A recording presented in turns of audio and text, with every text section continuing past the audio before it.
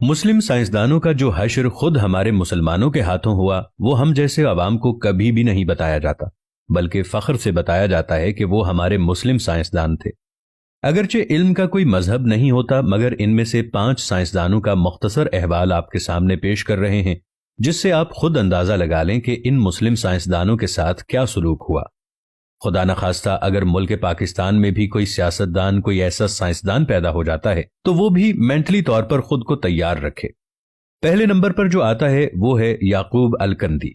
याकूब अल-कंदी फलसफे, तिब्बियात, रियाजी, तिब, मूसीकी, कीमिया और फल्कियात का माहिर था।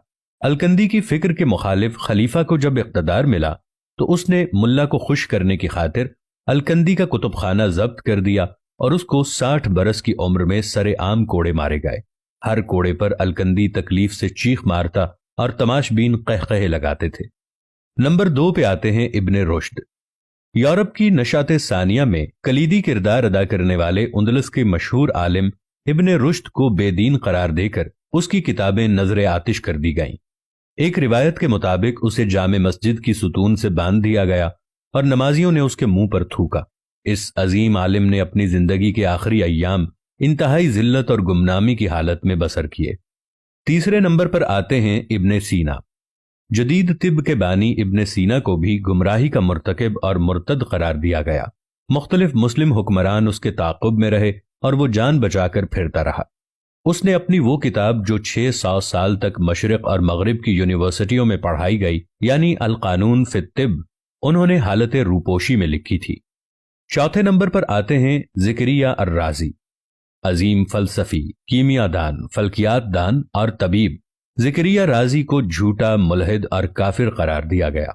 हाकिम वक्त ने ऑर्डर पास किया कि राजी की किताब उस वक्त तक उसके सर पर मारी जाए जब तक या तो किताब नहीं फट जाती या राजी का सर नहीं फट जाता।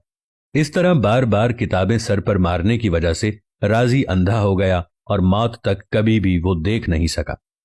नंबर 5 पे आते हैं जाबिर इब्ने हयान।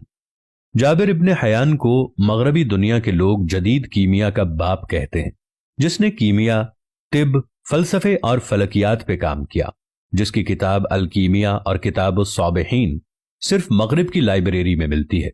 पाकिस्तान और मुसलमानों की लाइब्रेरी में ये कभी नहीं मिलेगी। जाबिर बिन हयान से हाकिम वक्त का इंतकामी सलूक इस हद तक था कि हुकूमत वक्त को जाबिर की बढ़ती हुई शोहरत खटकने लगी। चुनाचे जाबिर का खुरासान में रहना मुश्किल हो गया और उसकी वालिदा को कोड़े मार मार कर शहीद कर दिया गया। जाबिर अपनी किताबें और लेबॉर्टरी का मुख्तसर सामान समेटकर इराक के शहर बसरा चला गया। हमारे मुसलमान हुक्मरानों ने इन अजीम साइंसदानों का ये हाल किया और मौजूदा दौर में इस बात पर गौर करना चाहिए कि अगर कोई काबिल इंसान हो तो मुआशरा और हुकूमत उसके साथ क्या सलूक करे। और डॉक्टर अब्दुल कदीर खान के बारे में तो आप जानते ही होंगे। उनके साथ बहसीयत कौम हमने क्या किया, कैसा सलूक किया, उन्हें क्या सिला दिया। हमारा मोहसिन इस दुनिया से रुखसत हो गया है, लेकिन हम फिर भी बेहिस हैं। हम अपने मोहसिनों का वो हशर करते हैं कि इसके बाद दूसरा उठने वाला सर इतनी हिम्मत नहीं करता कि वो इस कौम के ऊपर, इस मुल्क के ऊपर कोई एहसान कर सके। आपकी इस बारे में क्या राय है, नीचे कमेंट्स में जरूर बताइएगा। मिलेंगे एक नई वीडियो के साथ, तब तक के लिए अल्लाह निगहबान।